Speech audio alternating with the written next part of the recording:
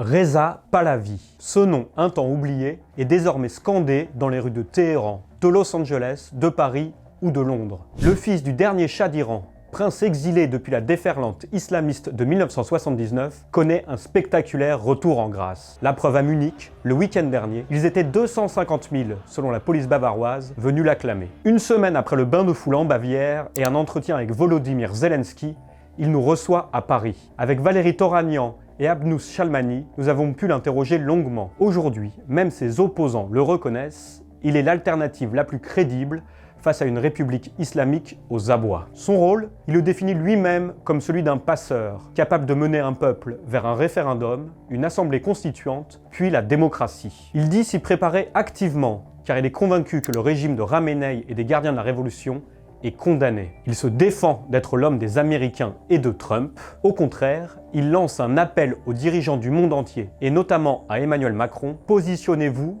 pour ne pas rater le train. L'expression est de lui. À un moment, il s'est levé et a pris son téléphone pour nous montrer lui-même des vidéos de la révolte. Car c'est sur les réseaux sociaux, comme tout le monde, qu'il suit les actes héroïques de son peuple, malgré une répression féroce, plus de 36 000 morts selon lui. Aujourd'hui, personne ne peut plus plaider l'ignorance, lance-t-il. Cet entretien, à la fois politique et personnel, est à retrouver en intégralité sur notre site et dans Le Point. Et alors que nous terminions notre rencontre, un rayon de soleil perçait la grisaille parisienne, annonçant pour bientôt le printemps et l'arrivée de Nowruz, le nouvel an perse. Nous lui avons posé la question, où le fêtera-t-il cette année?